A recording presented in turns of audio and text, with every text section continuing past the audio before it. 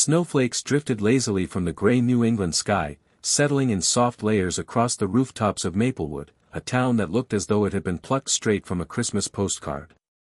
It was the kind of place where neighbors greeted each other by name, where the church bell still marked the hours, and where the scent of fresh-baked pies often drifted out from the local diner on Main Street. Life moved slower here, though never without its troubles. But if there was one constant in Maplewood, it was the sight of Eleanor Parker, the quiet widow who lived in the ivy-covered cottage on Willow Lane, knitting by her window each winter. Her cottage sat at the very edge of town, its chimney puffing out smoke that curled like ribbons into the sky. Children passing by on their way to sled down the nearby hill often slowed their steps to peek inside. There she was, like clockwork, rocking gently in her old wooden chair, a basket of colorful yarn at her feet, and needles clicking rhythmically in her weathered hands. It didn't matter if the snowstorm outside was fierce or if the streets were slick with ice, Eleanor was always there, wrapped in a shawl, glasses perched on the bridge of her nose, working on another sweater. To the children, she was something of a mystery. Some whispered silly ghost stories, that the sweaters were magical, or that she knitted them for spirits who roamed the night. Others, bolder and kinder, said she was just a lonely old lady with nothing better to do. Their parents had kinder words, "That's Mrs. Parker. She's been through a lot, but she's got the heart of gold." Still, even the adults didn't really know her story. They only knew the sweaters appeared around town, at church drives, on doorsteps, in hospital donation boxes. No one asked too many questions. In Maplewood, kindness wasn't something you interrogated. It was something you quietly received with gratitude. At the Maplewood Diner, the town's social hub, talk of Eleanor often floated across the booths. Marcia, the diner's owner, would pour coffee and lean on the counter, saying, "That woman must knit faster than machines. I swear, half this town is wrapped up in her yarn." The mailman, Tom, usually grunted in agreement, joking that her knitting must weigh down his bag more than Christmas catalogs. Yet when his wife had fallen ill 2 winters ago, a neatly folded sweater had appeared on their porch, stitched in a shade of green that matched his wife's favorite scarf. Tom never forgot that, and though he teased, he carried a soft respect for the quiet woman. From Eleanor's perspective, the world outside her window was both near and far. She saw the bustle of neighbors shoveling snow, the flash of headlights as families drove home from holiday shopping, the occasional group of children tossing snowballs in the street. She loved watching them, though she rarely joined. Since her husband passed, and her daughter had moved away, she had grown accustomed to silence. Her cottage was filled with small sounds, the kettle whistling, the crackle of the fire, the steady rhythm of needles clacking. Her fingers moved almost without thought, guided by years of practice and something deeper, a purpose known only to her. But she wasn't as invisible as she believed. Each December, people noticed the little details. The pastor at the First Methodist Church saw how Eleanor always delivered her bundles anonymously, slipping them into the donation pile when no one was looking. The nurses at St. Mary's Hospital recognized her neat stitching, familiar from the blankets they used in the children's wing. A few of the younger mothers in town, grateful for the sweaters left on their porches during especially hard winters, whispered about her in hushed tones at the grocery store, "She must know what we're going through." The contrast between her solitude and the life of the town grew sharper as the holidays approached. While Maplewood's main street lit up with string lights and shopkeepers decorated their windows with painted snowflakes, Eleanor's cottage remained simple, undecorated except for the evergreen wreath that had hung on her door for years. She wasn't cold or unkind, but she preferred to give quietly, without fanfare. The town sang carols, held Christmas pageants, and filled the square with laughter. Eleanor watched, smiled faintly, and returned to her chair. Yet, beneath the quiet surface, her knitting carried weight. Every stitch, every row was threaded with something unspoken. Though the townspeople couldn't see it, her mind wasn't only focused on the yarn. Memories wove themselves into the fabric, a childhood winter spent huddled by a single stove during the Depression, her late husband's laughter echoing through the house, the scent of her daughter's hair when she was little. The sweaters weren't just garments, they were stories, grief, love, and remembrance, all hidden in wool. One evening, as snow fell heavier than usual, a group of teenagers trudged up the hill past her cottage. They laughed and shouted, red-faced from the cold, their voices carrying through the crisp air. One of them slowed, pointing toward Eleanor's window. "There she is. Always knitting. My mom says she's been doing that since before I was born." Another shrugged, tossing a snowball. "Kinda creepy, if you ask me." But the smallest of the group, a girl with pink mittens, lingered. "My grandma says Mrs. Parker gave her a sweater when my grandpa died. Said it was the warmest thing she'd ever worn. I think she's nice." The others didn't respond. They kept walking, their laughter fading. But the little girl glanced back one last time, as if sensing something the others didn't. Inside, Eleanor didn't hear their voices, but she would have smiled if she had. She wasn't knitting for recognition. She was knitting because it was the only way she knew to keep love alive in a world that often felt too cold. As the chapter of winter unfolded, so did the mystery. By the time Christmas lights twinkled across Maplewood and families gathered for celebrations, Eleanor had already completed more than 24 sweaters. Some were tucked neatly into boxes, ready to be delivered. Others sat folded by the door, destined for someone who needed them, though no one yet knew who that would be. The sight of the elderly woman, framed by a frosted window and surrounded by colorful yarn, became part of the season itself. Just as predictably as the snowfall or the church choir, Eleanor Parker knitting sweaters was Maplewood's quiet winter tradition. A tradition that, for now, no one truly understood. But the truth, the reason behind the sweaters, the history carried in each thread, was waiting. And when the town would finally discover it, their lives would never be the same. The first rays of a pale winter sun stretched across Maplewood's main street, where icicles hung like glass ornaments from the eaves of shops. The small town had its quirks, but what made it beautiful wasn't the architecture or the landscape. It was the people.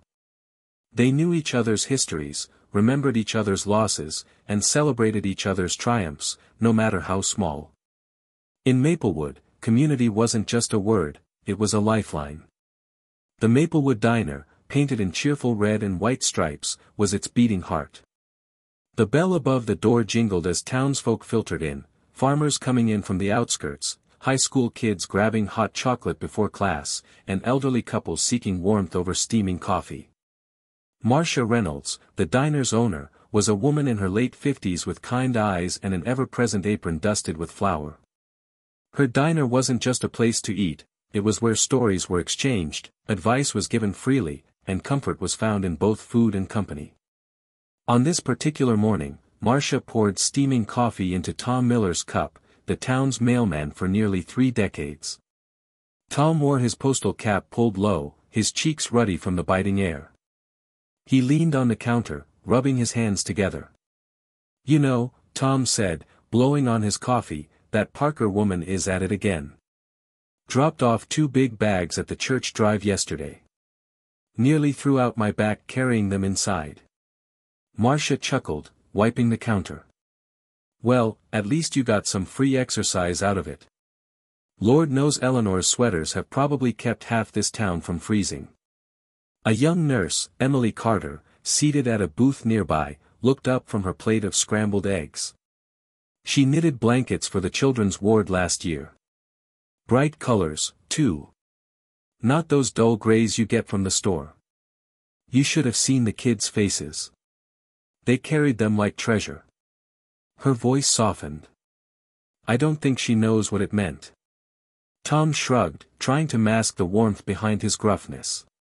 "Strange old lady, though. Never comes to town unless it's church or groceries. Always by that window, knitting away. Like she's waiting for something, or someone." The diner grew quiet for a moment, the clinking of dishes filling the silence. The townsfolk weren't cruel, they admired Eleanor in their own way.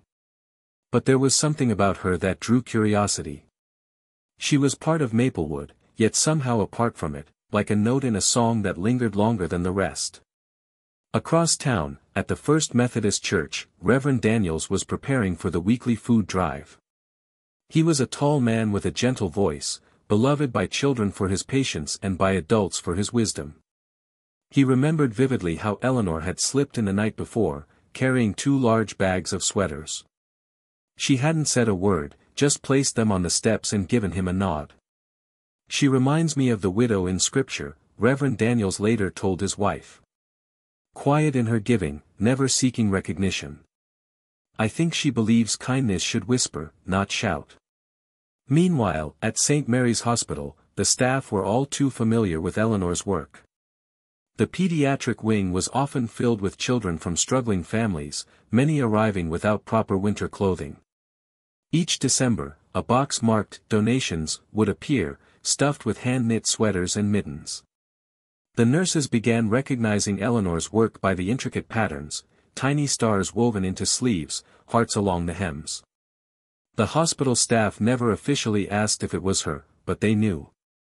In homes across Maplewood, Eleanor's knitting was woven into stories of resilience.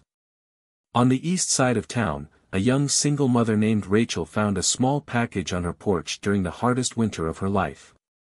Inside was a sweater, knitted in a rich blue yarn. She remembered pulling it over her son's thin shoulders, watching him smile for the first time in weeks. She never told anyone, but she cried that night, clutching the sweater to her chest as though it were a lifeline. And on the outskirts, old Mr. Whitaker, who lived alone after his wife's passing, had been given a thick, brown sweater one December. He wore it every day during the cold months. Neighbors often saw him sitting on his porch, wrapped in the sweater, whispering to his late wife as if she were still beside him. These stories never reached Eleanor directly. People didn't come knocking to say thank you. And perhaps that was how she preferred it. For the townsfolk, her sweaters weren't just clothing. They were quiet reminders that someone saw their struggles, even when no one else did. Yet, despite the gratitude, curiosity persisted. Why did she knit so much? Why every winter? Why, even at her age, did she pour herself into this work without pause? Some said it was simply what lonely widows did, keeping their hands busy to silence the ache of empty houses. Others thought maybe she was trying to leave a mark, something that would outlast her. But the most popular theory, whispered around coffee tables and at PTA meetings, was that Eleanor had a secret reason, something painful she never spoke about. The sweaters weren't random acts of charity. They were part of a story, one that hadn't yet been told. Back at the diner, Marcia refilled cups and shifted the conversation. Whatever her reasons, I'll say this, Eleanor Parker might be the quietest person in town, but she's also the most present. You don't notice her until you need her. And when you need her, she's already there. The words lingered, and everyone nodded silently. Maplewood was the kind of place where small gestures became legends, where kindness carried weight far greater than money. In a world that often felt too rushed, too fractured, the people of Maplewood found comfort in knowing that someone, somewhere, was watching over them in her own quiet way. From the outside, Maplewood looked ordinary, a small town with brick storefronts, a church spire, and homes with snow-covered lawns. But underneath, it was stitched together by invisible threads, threads of kindness, grief, love, and resilience. And whether they realized it or not, Eleanor Parker had been weaving those threads into their lives for decades. As the day faded and the lights along Main Street blinked to life, Eleanor sat once more in her rocking chair. From her window, she could see the faint glow of the diner's neon sign and hear the distant toll of the church bell. Her hands moved steadily, pulling soft blue yarn through her needles. Another sweater was taking shape, another story waiting to be told. The town bustled outside, people laughing, cars passing, children tugging sleds behind them.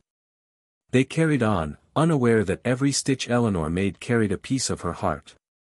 They didn't yet know how deeply she had already changed them, how much her silent devotion had already become the unseen heartbeat of their town. They would. And when they did, Maplewood would never be the same again. Winter in Maplewood was beautiful, but it was also a time for reflection. While the townsfolk bustled about, preparing for holidays and daily life, Eleanor Parker often found herself adrift in memory.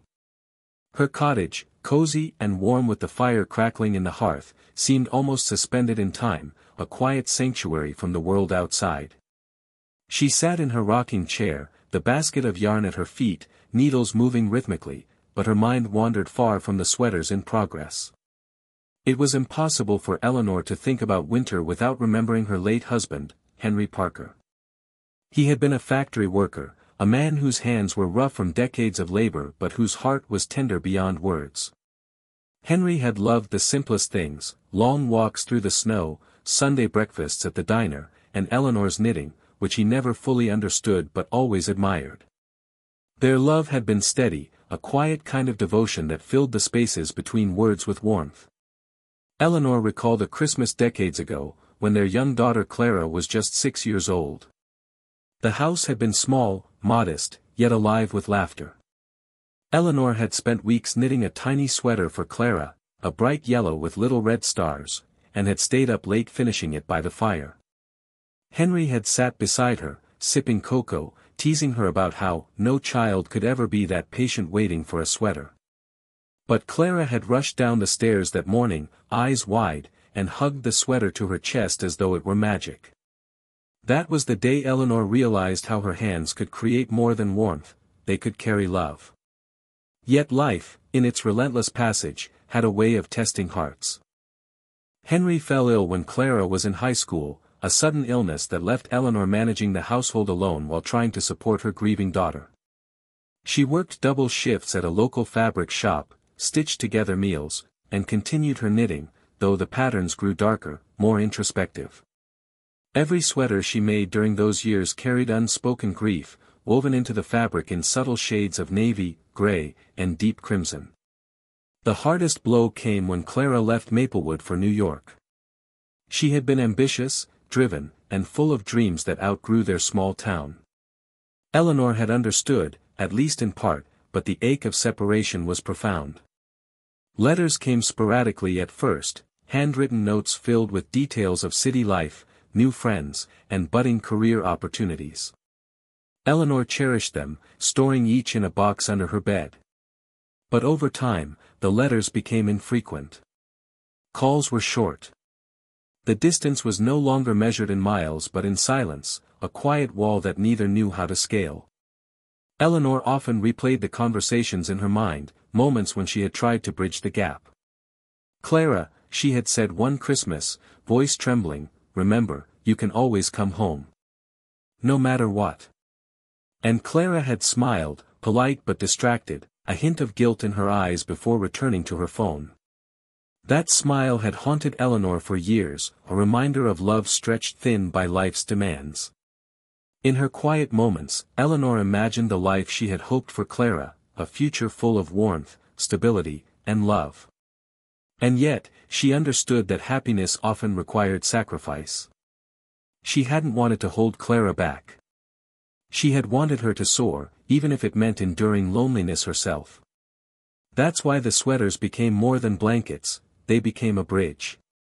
A silent promise that no matter how far people drifted, someone cared enough to keep them warm, to keep them remembered. It wasn't just Clara she mourned silently. Henry's absence left a hollow space in her life that no one could fill. The holidays were especially hard. Tree decorations and homemade treats served as bittersweet reminders of a family that had once been complete. She remembered sitting alone on Christmas Eve, knitting by the fire, a cup of cocoa cooling beside her. The shadows on the walls whispered memories of laughter, of arguments resolved with patience, of love so ordinary that it became extraordinary simply by enduring. Her grief, however, didn't harden her heart. Instead, it softened it, widening it to encompass not just her family but the lives of those around her. She began to notice small details in her neighbors' lives, the anxious glance of a mother trying to manage 3 kids in the cold, the shivering delivery boy with numb fingers, the elderly widower clutching a worn coat for warmth. Every stitch she knitted carried empathy born from her own loss. Every sweater became a quiet statement, "I see you. I care. You are not alone." And yet, The ache of estrangement from Clara never fully left her. She found herself holding the letters from decades ago, tracing Clara's handwriting with trembling fingers. Each word was a reminder of both hope and heartache. Some nights, she allowed herself to imagine the two of them sitting together by the fire, Clara's head resting on her shoulder, hands intertwined as they knitted together. But in the morning, reality returned with its soft, relentless weight. The cottage was quiet, save for the clicking of her needles and the faint hiss of the fire. Despite the silence, Eleanor clung to a quiet optimism. She believed in the resilience of family bonds, even when frayed by time and distance. She believed that love could be expressed in small, consistent acts, like knitting a sweater on a bitterly cold night, or leaving it anonymously on someone's doorstep. Each stitch was a message, a thread connecting her past, her losses, and her hopes for the future. Even Maplewood, with its bustling streets and cozy diners, became a backdrop to Eleanor's quiet devotion. The townsfolk didn't know her full story, they only saw the results. A sweater for a struggling child, a blanket for a widowed neighbor, a carefully knitted scarf for someone in need. But each item carried decades of memory, Henry's laughter, Clara's first smile, holidays filled with joy and sorrow alike. Each thread was infused with the essence of a life lived fully, deeply, and compassionately. One evening, Eleanor paused her knitting and looked out the window at the snow-covered town. A single thought drifted through her mind: I will keep going. Not for recognition, not for praise. But because warmth is something the world always needs. She knew that the sweaters were more than garments, they were a testament to love's endurance, a message to her daughter, and a quiet legacy for anyone willing to receive it. Her fingers resumed their work, weaving vibrant reds, gentle blues, and soft greens. She imagined Clara opening a package one day, long after the snowy nights of her childhood, and feeling the love stitched into every row.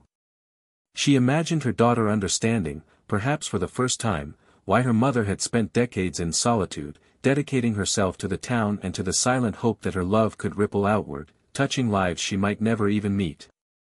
And so, Eleanor Parker continued her vigil at the window, knitting by firelight, the shadows of past and present entwined in every stitch.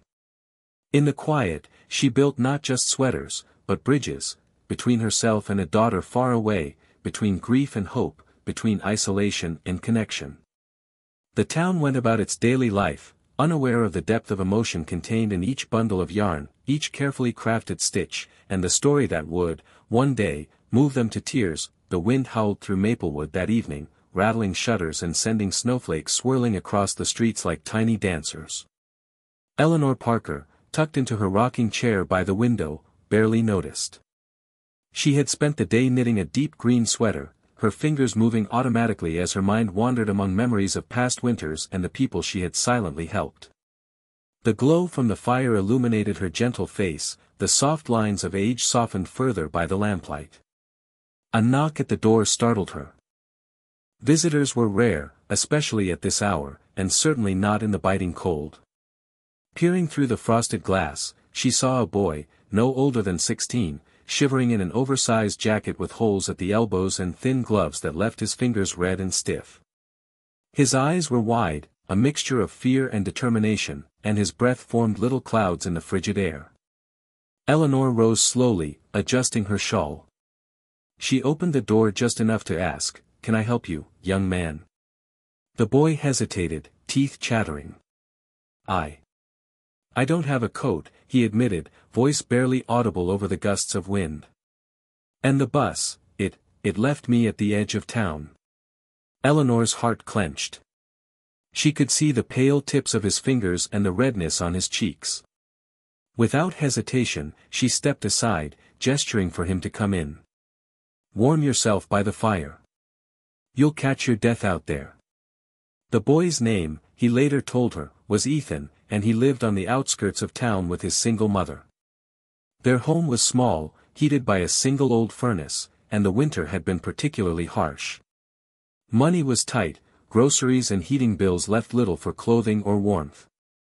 Tonight, he had been trying to get to a friend's house but had misjudged the distance, arriving exhausted and freezing at Eleanor's doorstep. Inside, the cottage was a haven. The scent of burning wood and pine filled the air, mingling with the faint aroma of lavender from a small sachet on the mantel. Eleanor fetched a blanket from the couch and draped it around his shoulders. "Sit," she said gently. "I'll make some cocoa while you warm up." Ethan's eyes wandered around the room, taking in the yarn scattered across the table, the half-finished sweater in her lap, and the small stack of folded garments resting neatly on a side chair.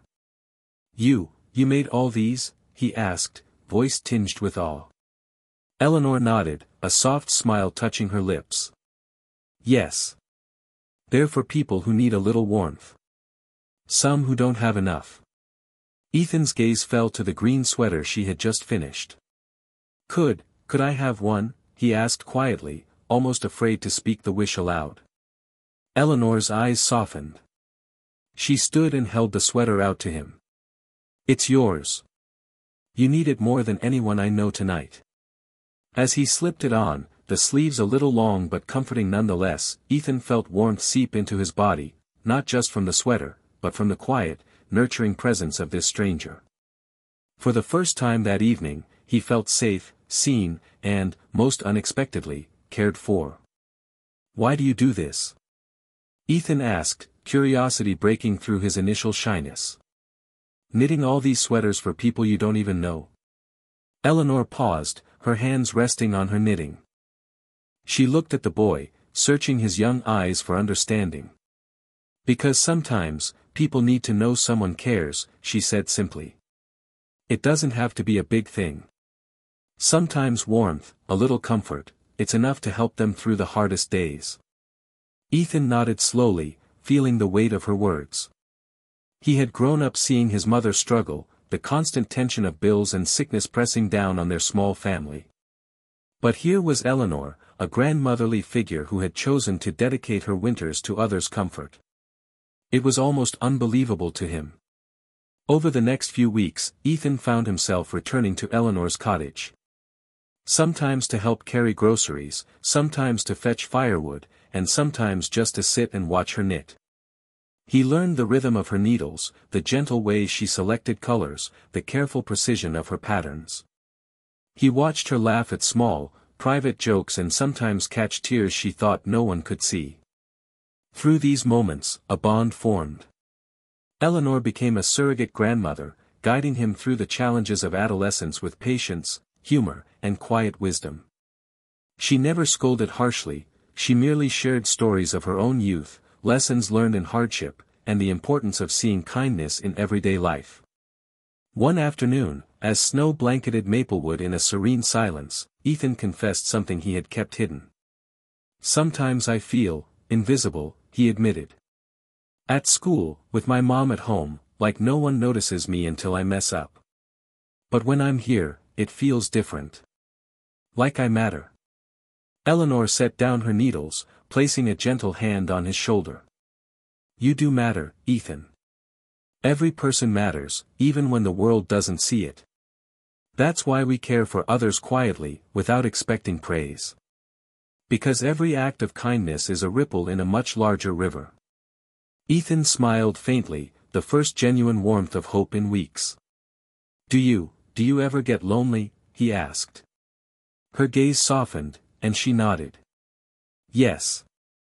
But loneliness doesn't mean the world is empty.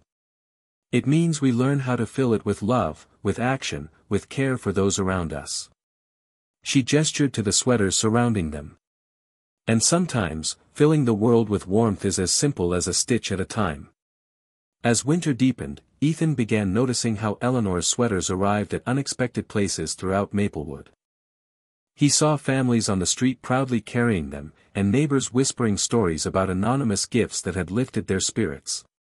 "It's like she knows," he said one day, staring at a row of freshly knitted garments ready to be delivered. "Like she sees who needs them before anyone else does." Eleanor smiled quietly. "Perhaps.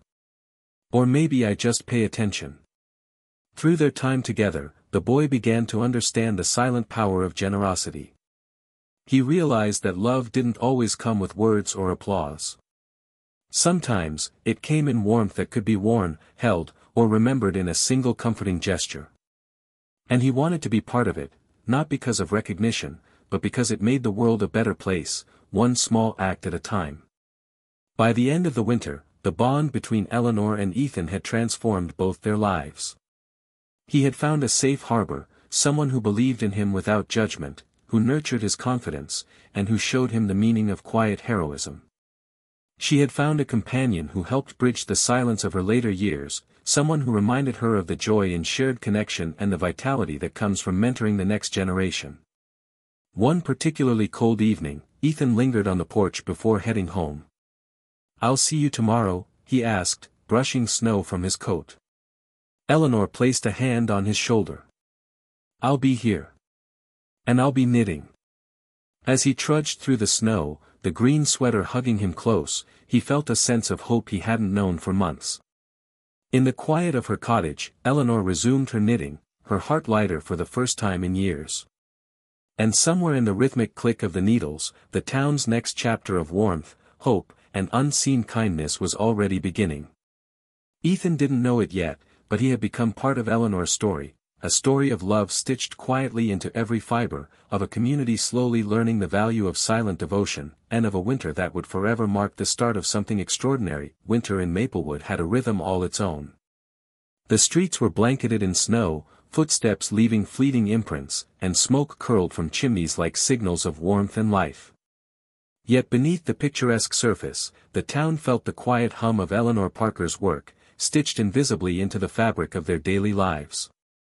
Her sweaters, carried by mailmen, hidden in donation boxes, or placed discreetly on porches, began to ripple through the community in ways no one could have anticipated. It started small. Mrs. Donovan, a widow who lived 2 blocks from the church, discovered a soft lavender sweater hanging on her fence one morning. At first, she thought it was left by mistake. But as she held it against her chest, the chill of winter faded, replaced by a warmth that seemed to seep deeper than her skin. She whispered a prayer, thinking of her late husband and how she hadn't felt cared for in years. It was more than clothing, it was a gesture of love, quiet but unmistakable. Across town, young parents like Rachel and her son, Micah, noticed similar miracles. Micah had been grumbling about the cold during the morning walk to school when Rachel discovered a neatly folded sweater in their mailbox. Its colors, a cheerful mix of red and gold, made him giggle despite the biting wind. That evening, as Micah curled up on the couch, Rachel realized the sweater had done more than warm him physically, it had restored a sense of wonder and safety in a world that often felt too hard. The Maplewood Diner became the hub for hushed conversations about Eleanor's mysterious generosity. Regulars speculated, each story carrying a layer of hope or curiosity. "Did you see those mittens at the hospital?" one mother whispered to another, "and the scarf Mrs. Whitaker got last week? I think she's making the town warmer in ways we don't even understand." Tom, the mailman, chuckled but felt a lump in his throat. "I've been delivering mail here for 30 years, he said softly, "and I've never seen anything like this. No bills, no letters, just kindness." Even teenagers who had once made fun of the old knitting lady started to notice. Ethan, inspired by Eleanor's work, shared small lessons with his friends. "It's not just about sweaters," he explained one afternoon, holding a bright blue garment he had helped fold. "It's about caring. About seeing someone who might be invisible and letting them know they're not." Some scoffed initially, but slowly, curiosity and admiration replaced skepticism. In the hospital's pediatric wing, the staff began to notice a subtle shift. Children who received Eleanor's sweaters smiled brighter, spoke more freely, and clutched their gifts as if they held magical power. Nurses reported that the hospital felt warmer, less clinical, more human. Emily Carter, the nurse who had first marveled at Eleanor's work, observed quietly, "It's like the sweaters carry more than warmth. They carry hope." As the weeks passed, Eleanor's impact spread beyond immediate recipients.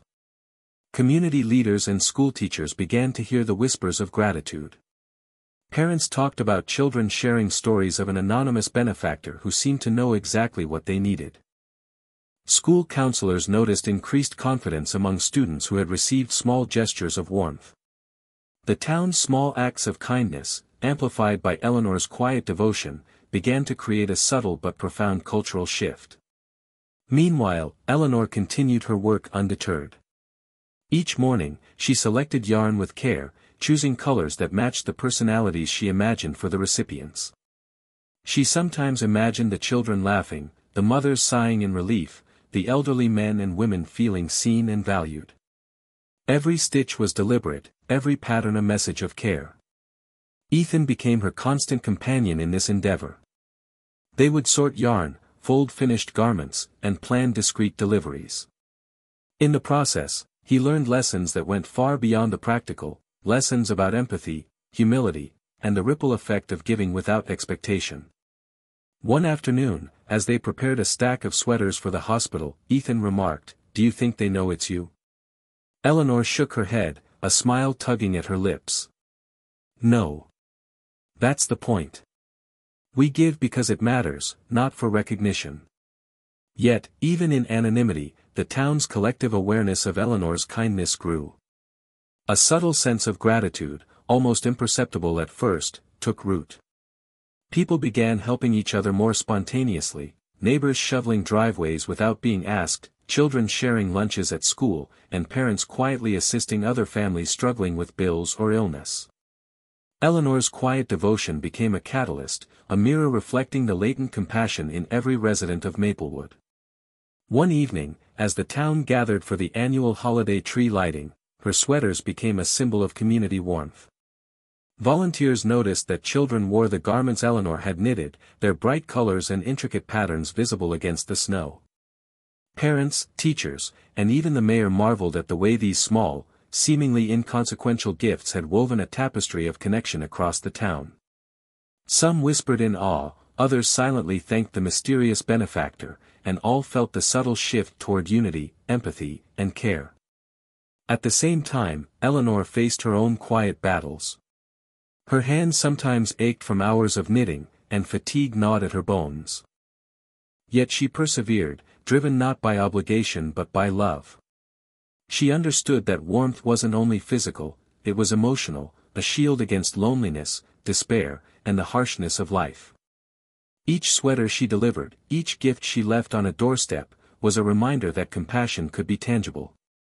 Ethan observed her with growing admiration. One snowy afternoon, as they prepared another round of sweaters for families in need, he asked, "How do you keep going? Even when it's hard?" Eleanor paused, her gaze distant yet tender. "Because the world needs it," she replied. "Because someone's life can be changed in the smallest way by a single act of care. And because one day, someone might do the same for you, or someone you love." Ethan nodded thoughtfully, understanding more than he could express. He began noticing his own capacity for kindness, inspired by Eleanor's unwavering dedication. He started helping classmates quietly, offering small gestures of empathy, learning firsthand how one person's consistent care could create a ripple effect far greater than imagined. By the end of the season, Maplewood had subtly transformed. Streets felt warmer, not because the temperatures had risen, but because hearts had. People spoke to strangers with more patience, helped neighbors without hesitation, and smiled with deeper sincerity. The town, once quietly resilient, had become quietly extraordinary, all sparked by the steady, unseen labor of one woman and the boy who had learned to walk beside her. On a particularly still evening, Eleanor and Ethan walked the snowy streets together, delivering a final batch of sweaters to families on the outskirts of town. The snow reflected the lamplight, creating halos around their feet, as if the universe itself acknowledged the ripple of good their actions had generated. They didn't speak much, yet the silence between them was warm, full of understanding, trust, and the unspoken knowledge that kindness, even in its smallest form, could reshape lives. In the quiet of her cottage later that night, Eleanor sat back in her rocking chair, fingers lightly resting on a half-finished sweater. She looked out the window at the town bathed in moonlight, feeling an unfamiliar sense of satisfaction. The sweaters had done more than warm bodies, they had knit a community together, reminding everyone that even in the harshest winter, warmth could be found in human connection. Eleanor smiled softly to herself. She didn't need accolades, nor recognition, nor acknowledgement. The knowledge that lives had been touched, that hope had been rekindled, and that hearts had been quietly healed, was enough. Maplewood, unknowingly, had begun to understand a profound truth, that generosity doesn't always announce itself, that acts of love can be invisible yet transformative, and that one person's dedication to kindness could echo across an entire community.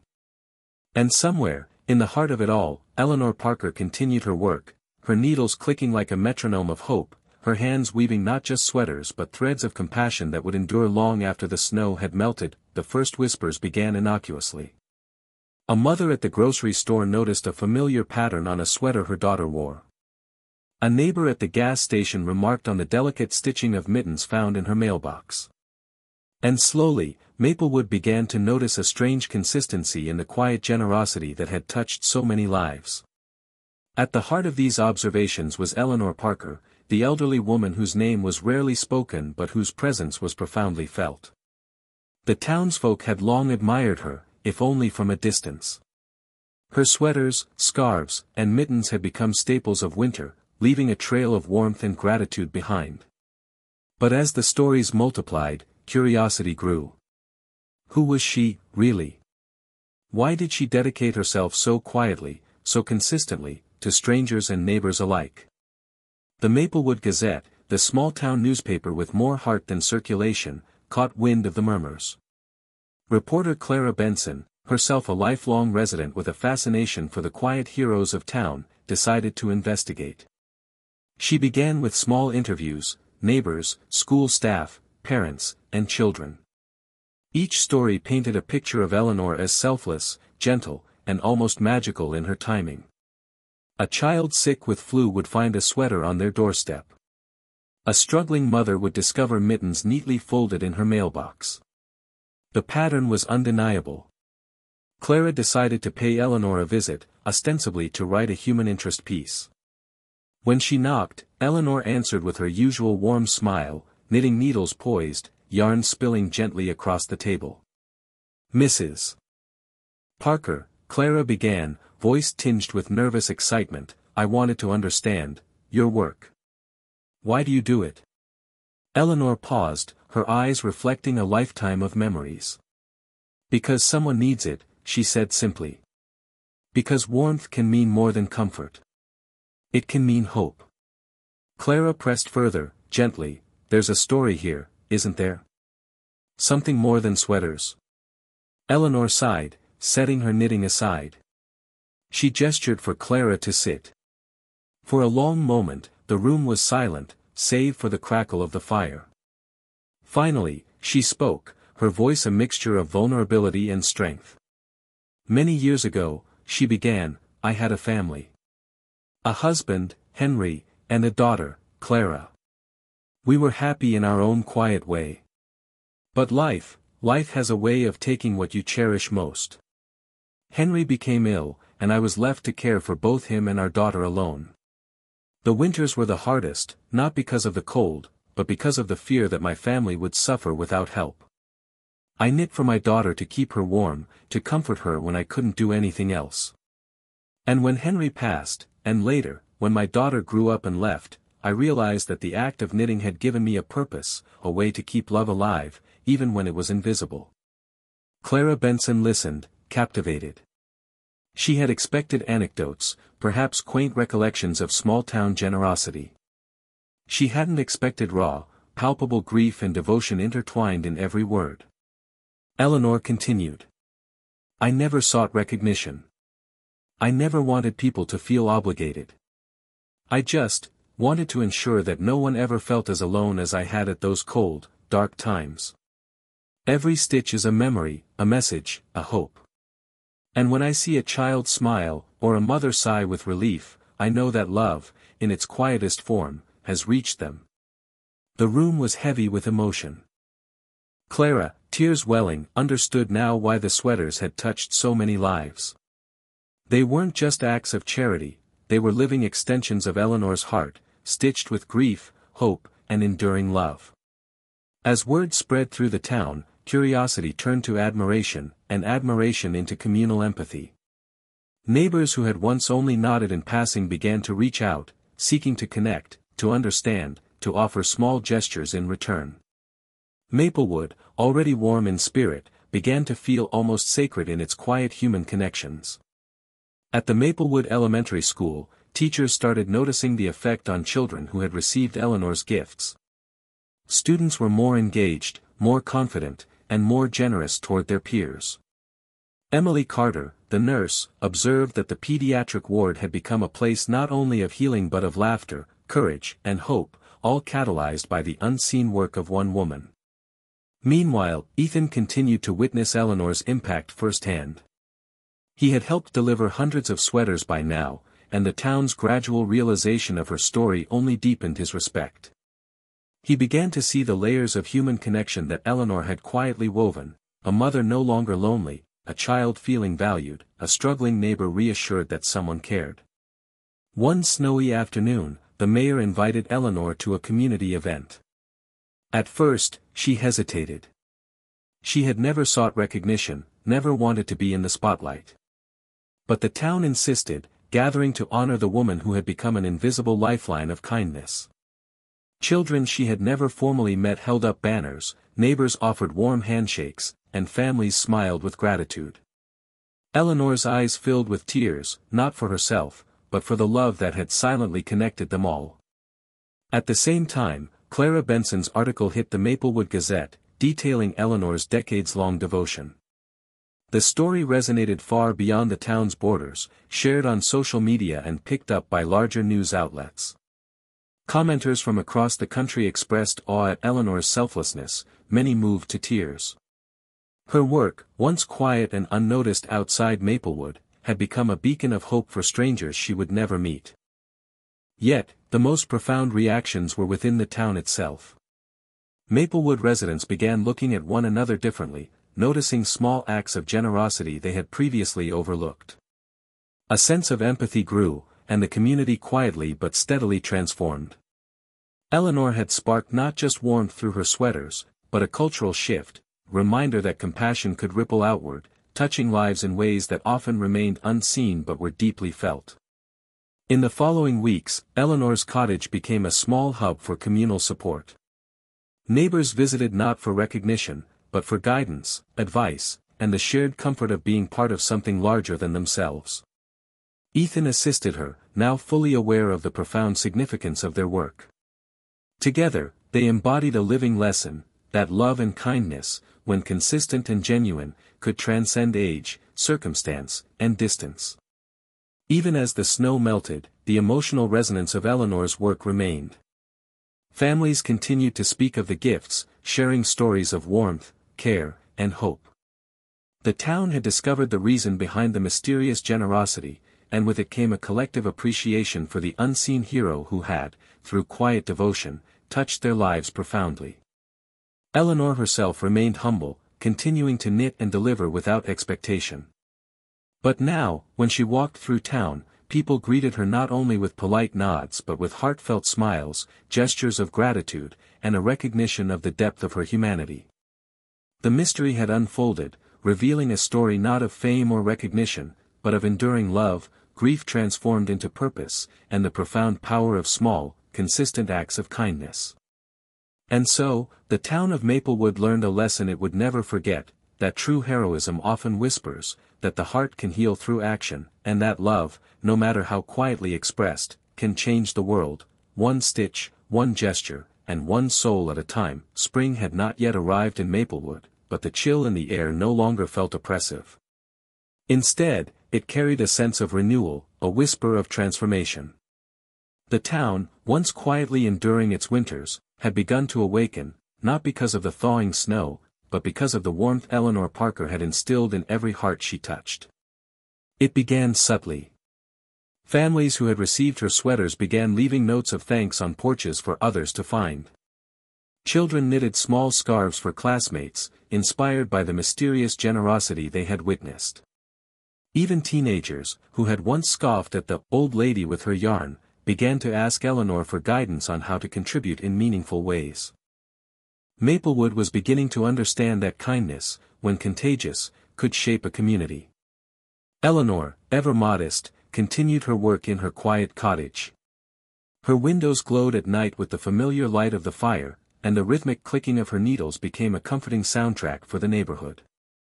But now, she noticed the world outside responding, neighbors shoveling snow for one another, sharing groceries, and leaving small tokens of care without expectation of recognition.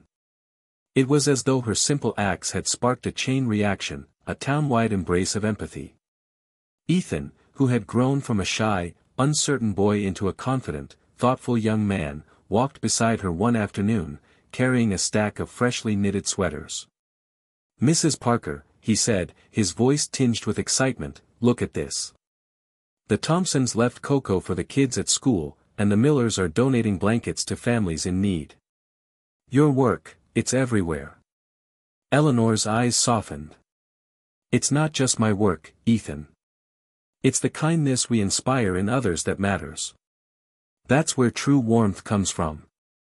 At the Maplewood Elementary School, teachers noticed a remarkable change. Students were more collaborative, more empathetic, and more willing to share. The guidance counselor, Mrs. Jensen, remarked, "It's as though a veil has been lifted. The children are learning to care for one another in ways I haven't seen before." Even the smallest acts, a shared pencil, a comforting hand, a helping smile, were multiplied, echoing Eleanor's silent message, that generosity and empathy could ripple outward, transforming lives beyond expectation. The town's commercial center also reflected this awakening. At the diner, customers began paying for strangers' meals. Local businesses donated coats and gloves anonymously, inspired by the mysterious legacy Eleanor had created. Conversations shifted from complaints about the cold to discussions of what they could do to help their neighbors. Maplewood, once quietly enduring winter, was now a community alive with intentional acts of love. Eleanor and Ethan made it a point to visit families who had been most touched by her sweaters. One afternoon, they delivered a set of hand-knit mittens to Mrs. Donovan, who had become a quiet mentor for younger neighbors. She clasped Eleanor's hands, tears welling. "You've shown us what it means to care without expecting anything," she said. "I don't know how to thank you, but I promise to pay it forward." Paying it forward became the town's unwritten motto. Children delivered baked goods to elderly neighbors. Teenagers tutored younger students without being asked. Families offered rides, shared groceries, and created small acts of warmth in ways that mirrored Eleanor's quiet devotion. The town had embraced her philosophy, that love and kindness were not just actions but legacies that could endure long after the initial gesture. One evening, the town gathered for a community bonfire, a new tradition inspired by Eleanor's impact. People brought handmade gifts, warm food, and blankets, forming a circle that symbolized unity. Eleanor, seated by the fire with Ethan at her side, watched the faces around her glow with gratitude, joy, and connection. She realized that what had started as a solitary act of love had grown into a communal movement, a testament to the resilience of human hearts when guided by empathy. Mayor Thompson took the stage, his voice filled with emotion. "Tonight, we honor someone who has taught us the true meaning of community. Someone who has shown us that even the smallest act of kindness can ignite change. Eleanor Parker, your generosity has transformed Maplewood, and for that, we are forever grateful." Eleanor, usually reserved and modest, felt tears prick her eyes. She stood, glancing at Ethan, the children, and the townsfolk whose lives had been touched. "I never did this for recognition," she said softly, her voice carrying through the night air. "I did it because every person deserves to feel warmth, love, and hope. If my actions inspired you to share kindness, then the work continues, and that is more than I could ever hope for." Ethan squeezed her hand, a silent affirmation of their shared journey. "You've done more than knit sweaters," he whispered. "You've knitted us all together." The crowd erupted in quiet applause, a collective expression of gratitude and understanding. Children waved handmade scarves, teenagers presented gifts they had crafted themselves, and families exchanged smiles that conveyed deep emotional resonance. Maplewood, in that moment, understood the profound truth, that love, generosity, and empathy could be taught, shared, and multiplied, creating a legacy far greater than anyone could imagine. As the bonfire crackled, Eleanor looked at the flickering flames and remembered her daughter, Clara, far away. She thought of the love she had once poured into her family, the sacrifices she had made, and the hope that had driven her hands through decades of winter nights. A quiet wish formed in her heart, that Clara would one day understand the depth of her devotion, the silent message carried in every stitch, and the ripple of kindness that had reached across an entire town. In the following weeks, the town of Maplewood continued to awaken. Inspired by Eleanor's example, community members organized drives for the less fortunate, started mentorship programs for children, and created informal networks of support that bridged generational and social gaps. The warmth she had nurtured was no longer confined to sweaters, it had become a philosophy, a town-wide ethos that shaped interactions, decisions, and priorities. Even as winter receded and spring approached, Eleanor's presence remained central. She still knitted, still delivered, still offered quiet wisdom to anyone willing to listen. But now, she saw the impact reflected in the town itself, a community more compassionate, connected, and aware of the power of small, intentional acts. The sweaters had been the spark, but the flame now burned brightly in the hearts of everyone who called Maplewood home. And in the stillness of her cottage, Eleanor realized that her journey was far from over. She had begun with a simple act of love, and in doing so, had transformed not only her life but the lives of countless others. Maplewood had awakened, hearts had softened, and the town had embraced a lesson that would endure far beyond a single winter, that love expressed through action, however small, could create a legacy of warmth, hope, and enduring human connection. Eleanor smiled quietly, her fingers resuming their rhythm on the knitting needles. The world outside was changing, one act of kindness at a time, and she knew that the threads she wove, literal and figurative, would continue to bind the hearts of Maplewood together for generations to come. The first signs of spring had begun to appear in Maplewood, snow melting along the streets, crocuses peeking through the thawing earth, and the soft scent of pine and damp soil mingling in the early morning air. For Eleanor Parker, the change of season carried with it a quiet expectation, though she couldn't quite put her finger on why. Perhaps it was the rhythm of life. New beginnings always seemed to accompany the first buds of spring, or perhaps, deep in her heart, she felt the approaching resolution of a story begun long ago. And then, one chilly afternoon, it happened. The familiar sound of crunching snow under tires reached her ears, followed by the gentle tapping of shoes against her porch steps. Eleanor, who rarely left the warmth of her cottage for such mundane events, felt an unfamiliar flutter of anticipation. She opened the door, and there she stood, Clara, her daughter, grown into a woman of quiet strength, with eyes that mirrored Eleanor's own in their depth and resilience. For a moment, neither spoke. Time seemed to suspend itself, holding its breath in the crisp air. Memories flooded Eleanor's mind, the small hands she had once held, the soft giggles echoing through the cottage, the lullabies she had sung through long winter nights. And yet, there was also the ache of absence, the years of separation that had felt impossibly long, and the unspoken words that had lingered in both their hearts. Finally, Eleanor whispered, voice trembling yet full of love, "Clara, you're here." Clara stepped forward, eyes glistening with tears. "I had to come back, Mom," she said softly, the weight of years and distance carried in every word. "I didn't know how to find my way back, but I saw what you did for this town. I saw the warmth you gave to everyone here, and I knew I had to see you." Eleanor drew her daughter into a gentle embrace, holding her tightly as if to make up for all the lost years. "I never stopped thinking about you," she murmured, voice muffled against Clara's shoulder. "Every stitch I've knitted, every sweater I've delivered, has carried a piece of love meant for you, and for anyone who needed it." Tears ran freely down both their faces as they stood on the porch, the wind whistling softly around them but unable to pierce the cocoon of love and relief surrounding them. Clara's hands clutched her mother's arms, feeling the textures of the life Eleanor had lived in her absence, the calluses on her fingers from knitting, the warmth of her embrace, and the resilience that had grown quietly but undeniably in the years apart. They stepped inside the cottage, and Eleanor led her daughter to the fire. The room smelled faintly of lavender and yarn, familiar and comforting. Sweaters, scarves, and mittens were stacked neatly on tables and chairs, each one a testament to Eleanor's decades of devotion. Clara's eyes swept over the scene, a mixture of awe and understanding washing over her. "I had no idea," Clara whispered. "All this, you did this alone?" Eleanor shook her head gently. "Not alone," she said. "I had hope, and I had love. And now, I have you back. That's what matters most." Clara knelt beside a basket of colorful yarn, fingers tracing the textures as she asked, "Tell me everything. Tell me why you never stopped knitting, why you never gave up on anyone." Eleanor's eyes softened, reflecting the depth of experience, pain, and triumph. "When your father passed, and then when life pulled you away, I realized that love doesn't vanish. It evolves.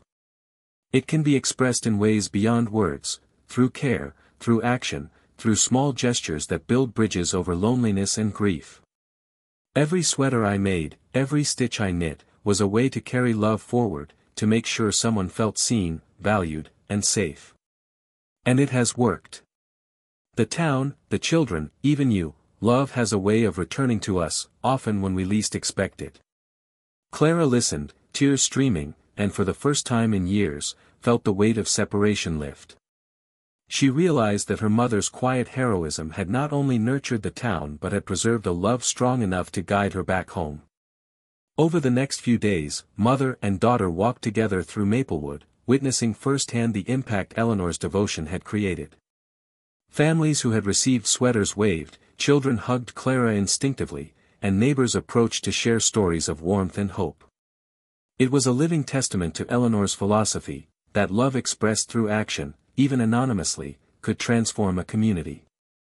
Clara joined her mother in knitting, her hands awkward at first, but guided gently by Eleanor's experience.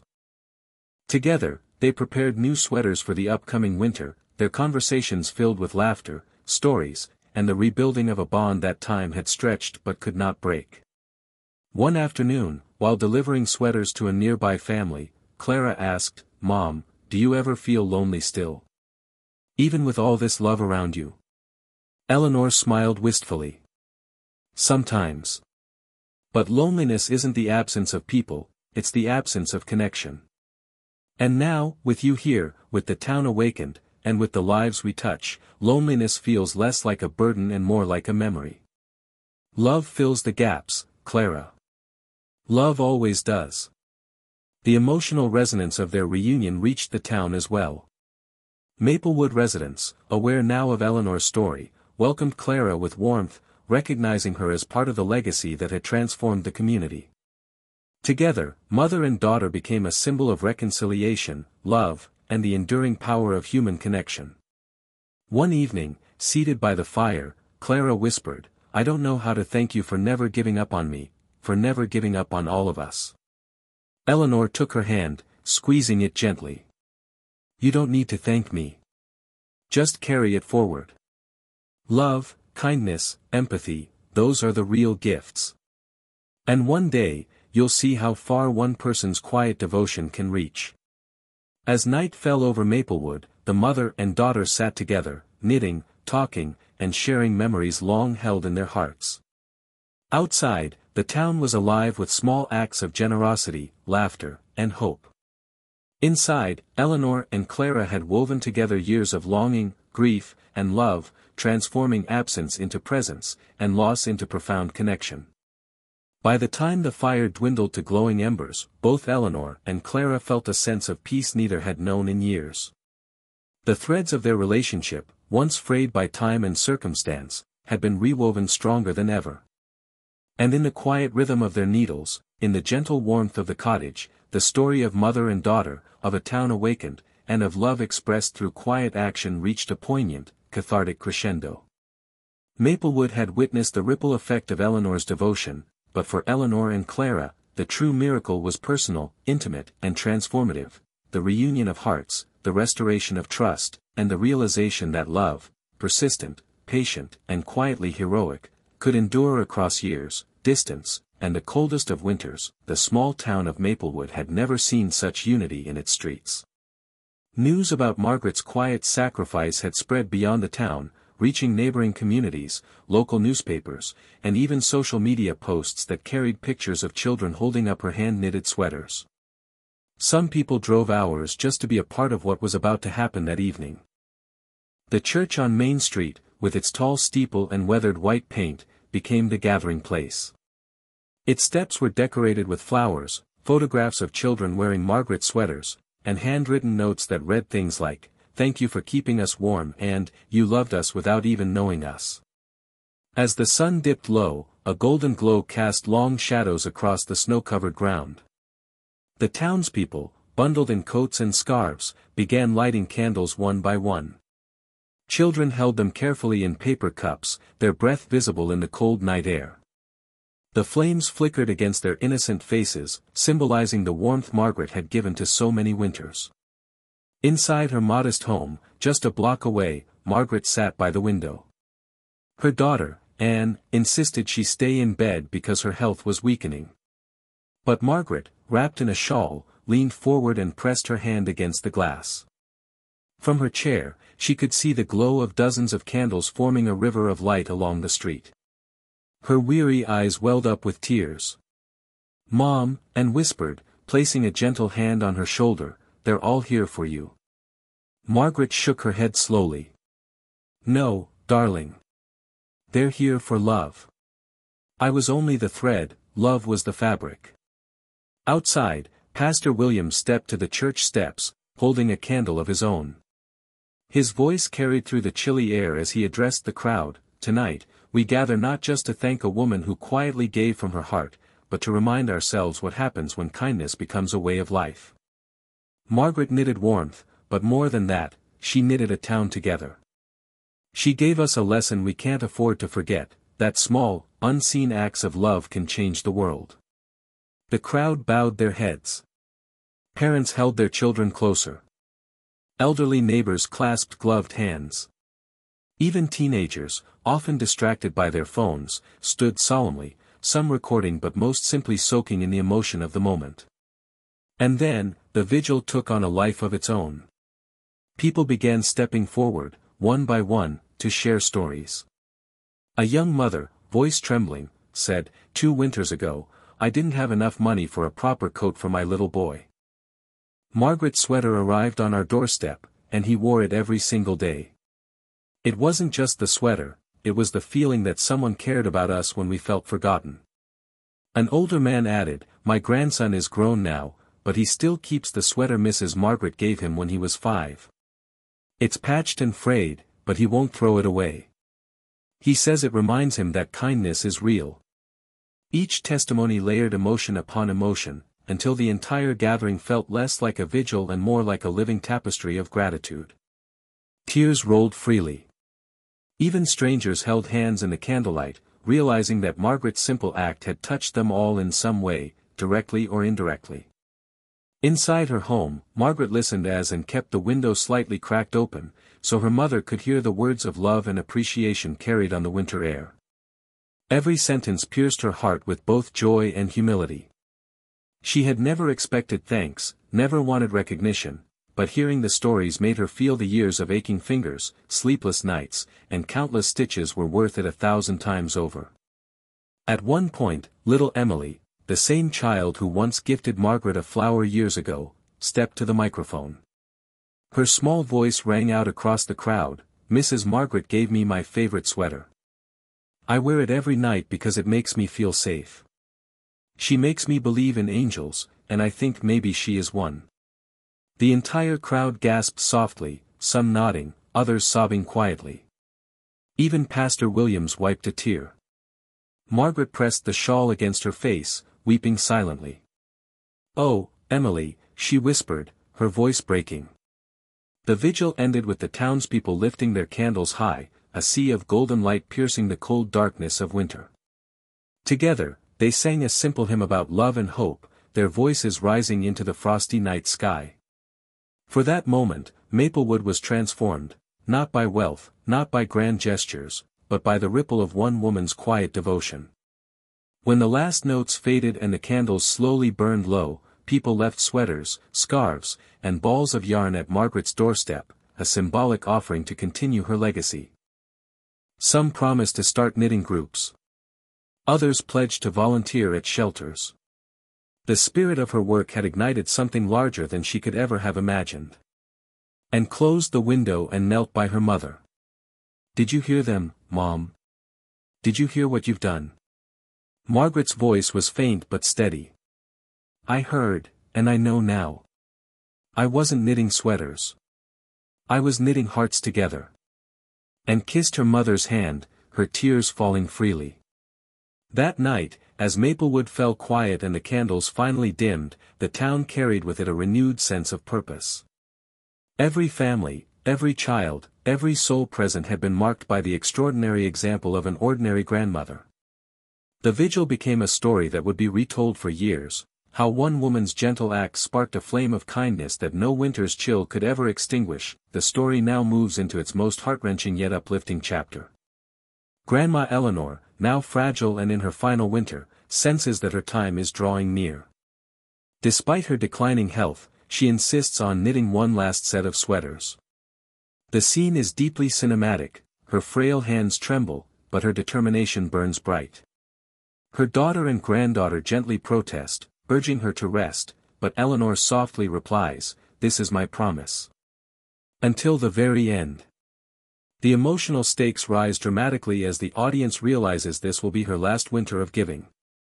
As Christmas approaches, the townspeople notice Eleanor hasn't been as visible in the community. Rumors spread, "She's too weak this year, maybe she won't make it through the season." Yet, on Christmas Eve, something extraordinary happens. Every doorstep in the town wakes up to find a neatly wrapped sweater, hand-knitted with Eleanor's signature pattern of warmth and care. The mystery baffles everyone. How did she manage it, given her condition? The truth is revealed in a heartfelt sequence. Eleanor had secretly taught her daughter, her granddaughter, and even a few neighbors how to knit her special style. Together, in the evenings, they worked quietly, honoring her legacy and ensuring that no one in town would feel forgotten. The scene plays like a small-town American miracle, a collective act of love sparked by one woman's selflessness. Eleanor passes away peacefully that night, wrapped in her own final creation, a sweater she made for herself, stitched with the same love she gave others. Her daughter and granddaughter hold her hands, whispering gratitude through tears. The loss is painful, but it is softened by the beauty of what she left behind. The funeral scene is both sorrowful and deeply unifying. Nearly the entire town gathers, wearing the sweaters Eleanor had made over the years. From children to elderly neighbors, the church is a sea of colors and patterns, each sweater carrying a personal story. One man stands and shares, "When I was at my lowest, Eleanor gave me this sweater, and it reminded me I wasn't alone." Another says, "This kept me warm when I had nothing else."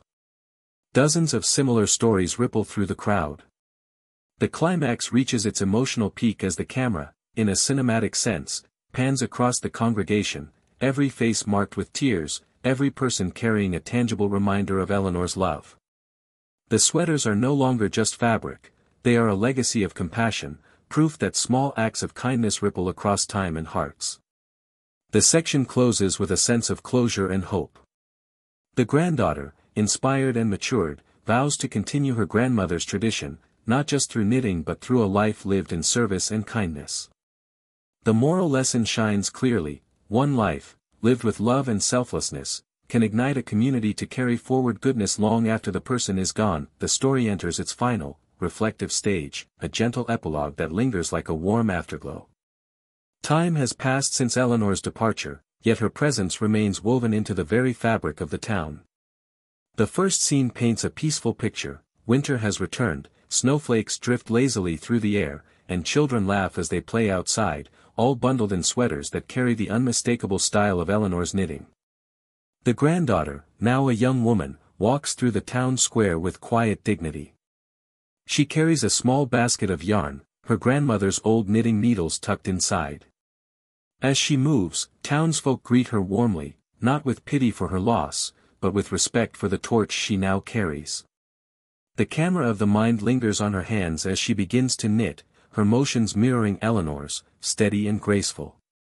Each loop and pull feels like a continuation of something sacred.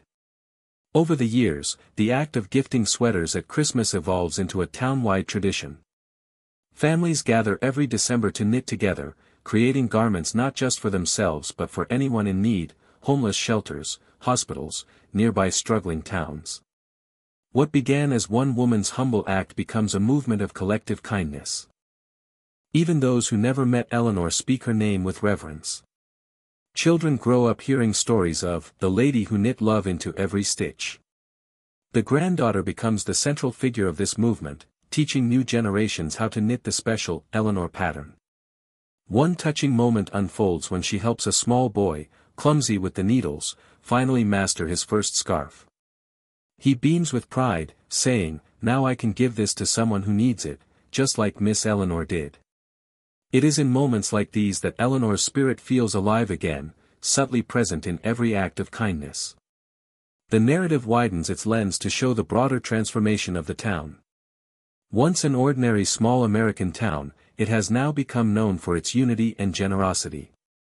Visitors arrive during the holiday season, not just to see the lights or the decorations, but to witness the sweater tradition.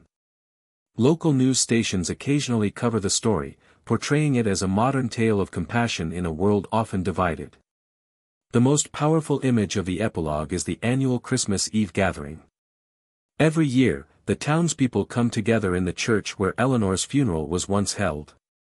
Instead of mourning, they now celebrate life and warmth. The pews are filled with people wearing sweaters, bright, colorful, patched, or newly knit, all carrying the legacy of one woman's hands. Together, they share stories, light candles, and place baskets of sweaters at the altar, ready to be distributed wherever warmth is needed most. The granddaughter stands at the front, holding her grandmother's original needles. In a hushed, emotional moment, she addresses the crowd. "My grandmother believed no one should ever feel forgotten, especially in the coldest nights of winter. Today, we remember her not by our tears, but by keeping her promise alive. Every stitch we make is a prayer of love, every sweater a shield of kindness. This town remembers, because she taught us how to love." The epilogue closes with a deeply cinematic shot, the church doors opening, townsfolk stepping into the snowy night, each carrying sweaters to deliver.